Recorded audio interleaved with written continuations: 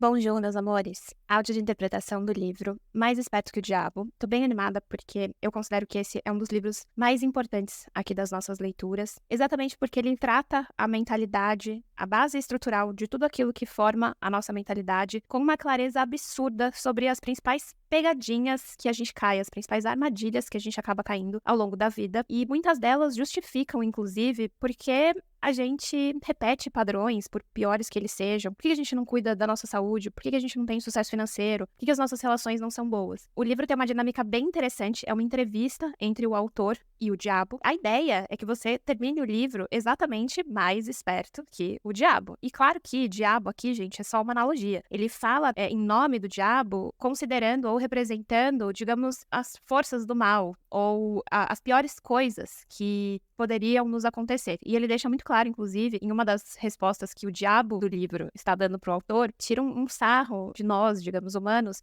com medo do inferno ou do diabo como se fosse algo que acontece ou não para algumas pessoas depois que elas morrem. E ele vai provando por A mais B que a gente já vive um inferno aqui na Terra, dependendo da mentalidade que a gente tem. Então, é quase como se o diabo não tivesse função nenhuma. Ele diz, eu não preciso fazer nada. Vocês acham que eu sou o culpado das desgraças, que eu fico tormentando a cabeça de vocês? Eu não faço nada. Vocês já são os próprios diabos de si mesmos e vocês já constroem um próprio inferno para viverem aqui na Terra. De verdade, é muito simples essa leitura, vocês vão perceber, mas é muito importante. A gente esmiuçar esses capítulos e ler esse livro ou ouvir os áudios desse livro pelo menos uma vez por ano, eu acho de extrema importância, até que de fato a gente entenda tudo que ele tá dizendo, porque pra mim, esse é um dos livros que todo mundo tinha que ler, e a partir do momento que a gente entende a mensagem desse livro, a vida de fato muda, ok? E aí eu vou começar aqui da introdução, depois a gente parte pro primeiro capítulo, e tem uma parte que o Thiago Nigro fala, né, ele faz uma introdução aqui do livro, e ele fala o seguinte, que a grande motivação dele, e o que encanta a ele esse trabalho específico do Napoleão Hill, é que existe um desejo de decodificar quais são os hábitos, os princípios e os pensamentos daqueles que realizam e de fato chegam ao mundo da abundância, onde não existe uma limitação real, a não ser aquela que nós mesmos nos impomos, para que ele entenda, né, para que ele consiga decodificar, né, o ponto que ele diz é que o autor está disposto a ir tão fundo, e o Thiago diz que estaria também disposto a ir tão fundo a ponto de entrevistar o diabo, né, e entender de fato o que ele apronta nos dias de hoje para pegar a gente, às vezes, de forma tão eficiente. Aí ele fala o seguinte, quando você entra, né, no espírito do livro e quando você consegue, de fato, ter uma conversa com o diabo e terminar uma história onde você consegue dialogar sobre o diabo, o grande ativo de tudo isso é que você vai saber muito mais sobre Deus. E é claro que isso daqui é uma metáfora, né? Eu vejo muitas metáforas nesse livro, então talvez seja bastante interessante mesmo essa nossa troca, né? Pra decodificar o que ele tá escrevendo aqui. Quando ele diz, quando você termina de ler uma história sobre o diabo, você sabe muito mais sobre Deus, ele também tá dizendo que quando você consegue prestar atenção nesse lugar que você insiste em permanecer por conta da sua mentalidade limitada, né? Quanto mais você conhece as suas próprias limitações, mais próxima você também está das suas grandes potências. Por que a gente desconhece, às vezes, a nossa melhor versão, né? Eu sei que isso dá ranço de falar, né? Isso, eu sou a melhor versão, mas por que a gente desconhece tanto a nossa luz? Porque a gente tem medo de chegar perto da sombra. Por que às vezes a gente desconhece tanta coisa boa dentro da gente? Porque a gente não tem coragem de acessar as coisas ruins. Então, eu já acho que é uma grande, assim, primeira sacada a gente entender que o aprofundamento naquilo que é ruim, naquilo que a gente tá fazendo errado, né, naquilo que caracteriza o nosso erro, é a melhor forma da gente também enxergar e entender a polaridade oposta. Então, se você tem medo de fazer terapia, né? Se você tem medo de algum trabalho mais profundo de autoconhecimento, se você tem medo de se expor, medo da sua própria vulnerabilidade, se você é essa pessoa que tá sempre na defensiva, achando desculpa para as coisas que não estão funcionando na sua vida, e isso é normal, isso faz parte de um sistema de defesa do nosso cérebro, do nosso sistema, saiba que quanto mais tempo você leva para, de fato, tomar coragem e olhar para essa sua pior versão, quanto mais desculpa você ficar dando para não fazer o que precisa ser feito para você entrar em contato com o que você tem de pior aí dentro de você, também você se priva de conhecer o que de melhor existe. Porque quando a gente anula um lado da coisa, digamos assim, automaticamente você anula o que estaria na polaridade oposta. Então você tá sempre vivendo ali num lugar mediano, né, em cima do muro, sempre meio que se escondendo, sempre com uma máscara, sempre na defensiva, sempre não inteira. Então, acho que isso fica já de cara, assim, uma grande perspectiva, né, de como a gente vai tomar as nossas decisões daqui pra frente. Aí tem uma frase aqui, que, nossa, eu falo isso desde que eu fundei a Barco, que é um dos motivos da Barco existir, para que a gente atue, de fato, numa frente educacional daquilo que realmente importa. E aí ele fala que as escolas e as faculdades ensinam praticamente tudo, né, pra gente, exceto os princípios de realização pessoal. E quando a gente não entende os princípios de realização pessoal, a gente tá muito agarrado no quê? Em coisas mais técnicas e mais práticas que não envolvem a nossa realização pessoal. É porque uma coisa é você ser bem-sucedido no emprego, né? Uma coisa é você passar no vestibular. Uma coisa é você falar 3 idiomas, é você ter estudado fora, ter um monte de capacidade técnica. Outra coisa é isso te realizar diante de quem você é. Acontece que as escolas e as faculdades não estão nem um pouco interessadas, né, em saber quem nós somos e o que nos realiza.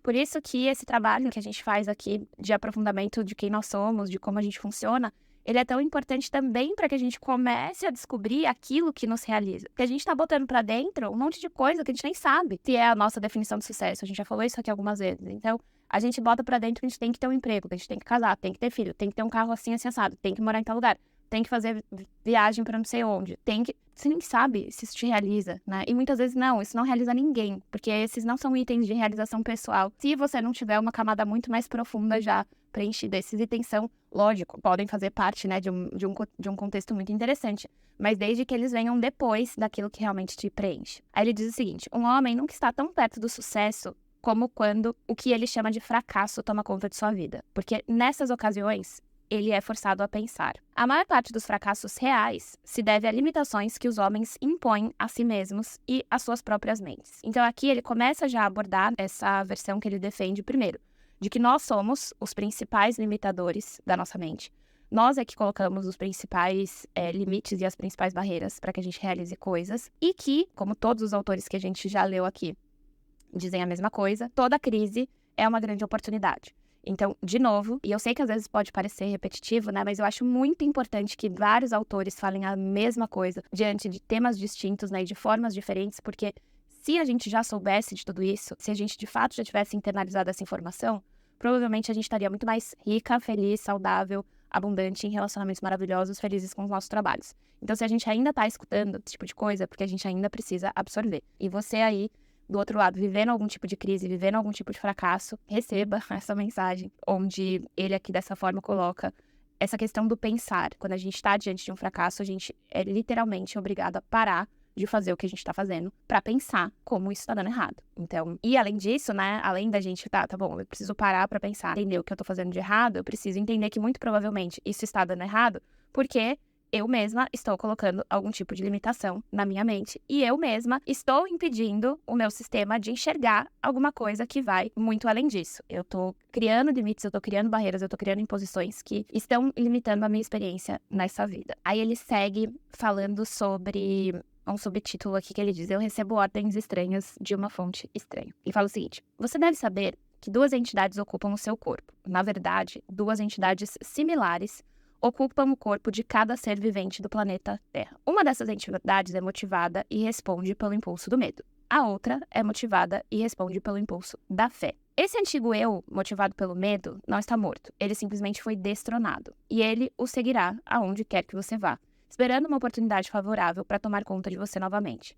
Ele somente pode tomar o controle de você por meio dos seus pensamentos. Lembre-se disso e mantenha as portas da sua mente hermeticamente fechadas contra todos os pensamentos que procuram limitá-lo de qualquer maneira, e assim você ficará a salvo. Agora, vamos aos negócios. Antes de qualquer coisa, você deve saber que a entidade da fé, que agora está no comando do seu corpo, não faz nenhum tipo de milagre e também não trabalha em oposição a nenhuma das leis da natureza.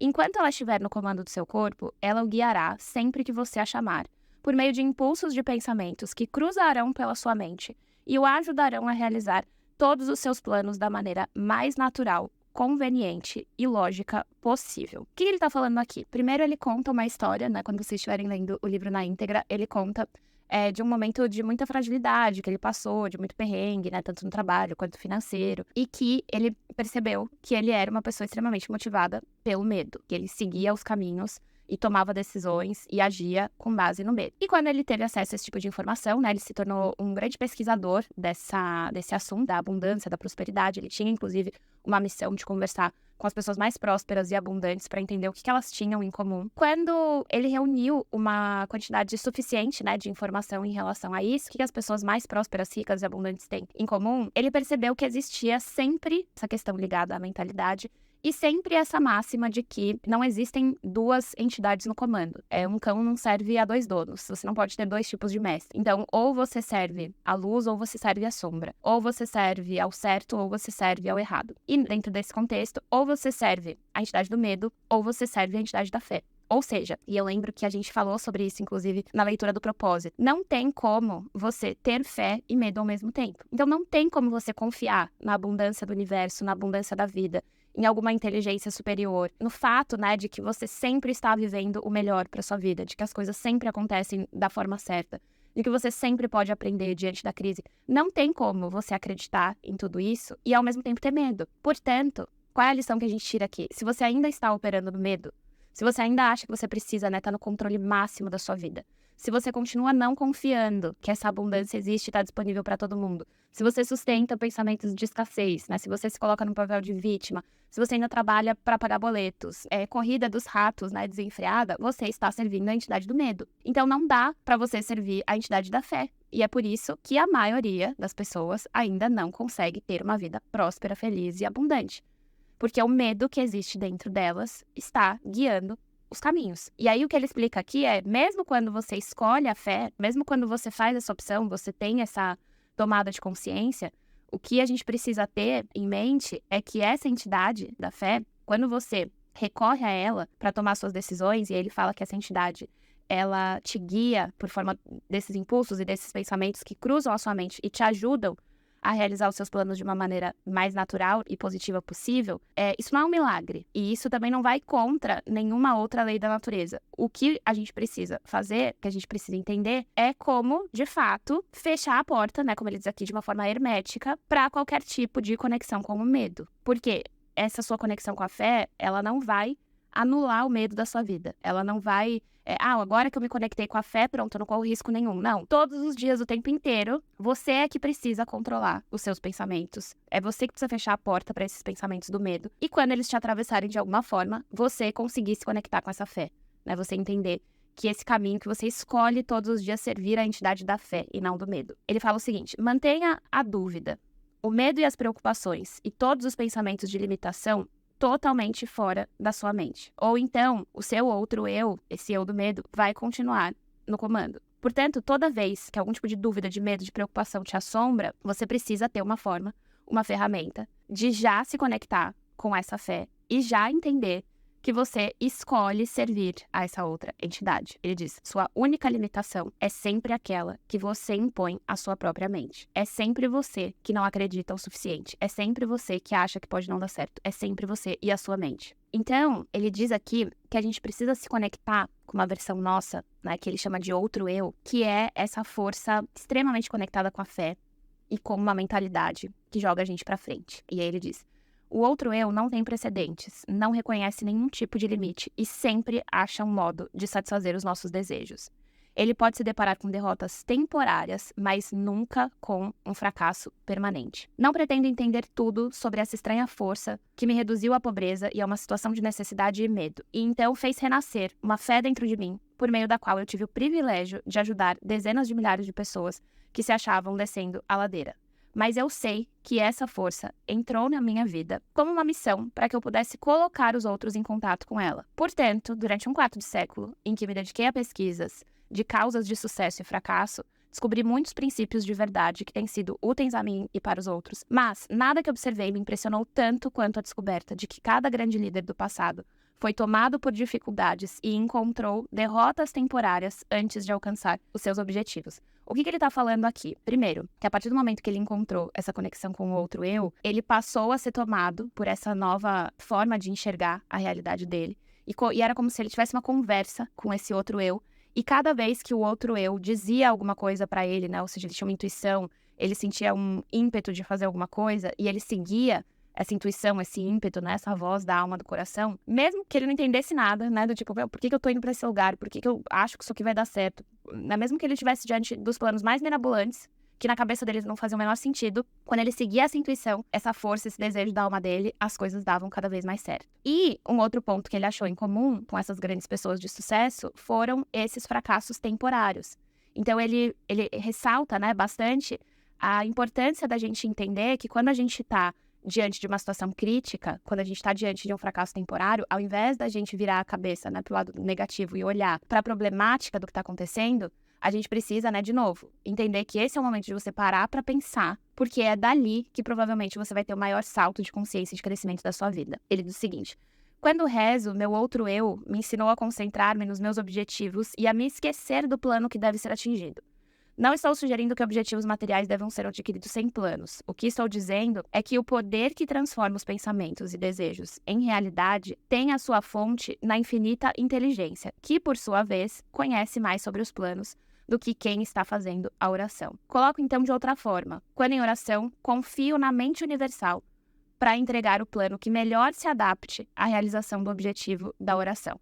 A minha experiência com oração me ensinou que tudo aquilo que resulta de uma oração é um plano que é adequado e adaptado para atingirmos o objetivo da oração. O plano deve ser transmutado por meio de uma ação de autoesforço. Eu não conheço nada a respeito de qualquer tipo de oração que possa funcionar favoravelmente em uma mente dominada, mesmo que em menor grau pelo medo. Então, aqui ele fala uma coisa que a gente já conhece também, já interpretou aqui no clube, que é o seguinte: nós não precisamos nos conectar com a forma que algo vai se realizar na nossa vida. Quando a gente tem essa fé certa, quando a gente confia, quando a gente sabe, quando a gente sente que a coisa vai dar certo, quando a gente deseja profundamente que algo dê certo, quando a gente acredita que algo vai dar certo, a gente precisa parar de se preocupar em como isso vai acontecer. Porque o plano está muito mais bem desenhado por essa inteligência superior do que por nós mesmas. Então, também a gente precisa começar a prestar atenção nessa necessidade de controle que a gente tem sobre tudo. Controlar cada passo, eu é que vou desenhar, eu é que vou chegar nesse objetivo. Qual é o projeto? Qual é o lugar que você quer chegar? Qual é o sonho? Qual é o objetivo? Foca nesse tipo de oração, fala que essa fé, ela precisa estar mais conectada na resposta, no final lá do desejo, do que na forma que você acha que vai ser a melhor para chegar nesse objetivo. Porque a gente não sabe do projeto inteiro, a gente não tem essa inteligência máxima.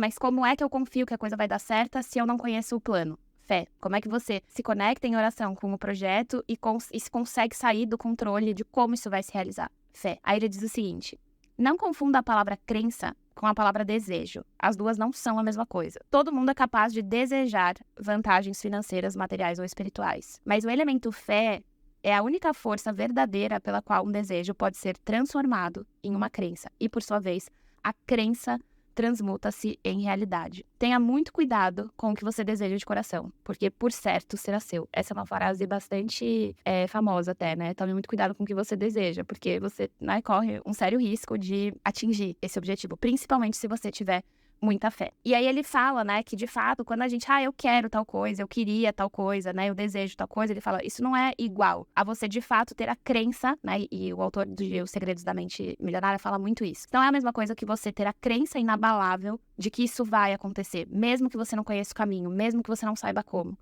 A sua crença está na fé que você deposita, que aquilo já deu certo. Inclusive, você já começa a agradecer por aquele resultado, né, de tanta certeza que você tem que aquilo vai dar certo. Mas isso não é só um desejinho, queria, né? Não. Você confia, você sabe que isso vai acontecer. Por qual caminho? Talvez seja desconhecido. Ainda assim, você confia. Super beijo, a gente se encontra no próximo áudio.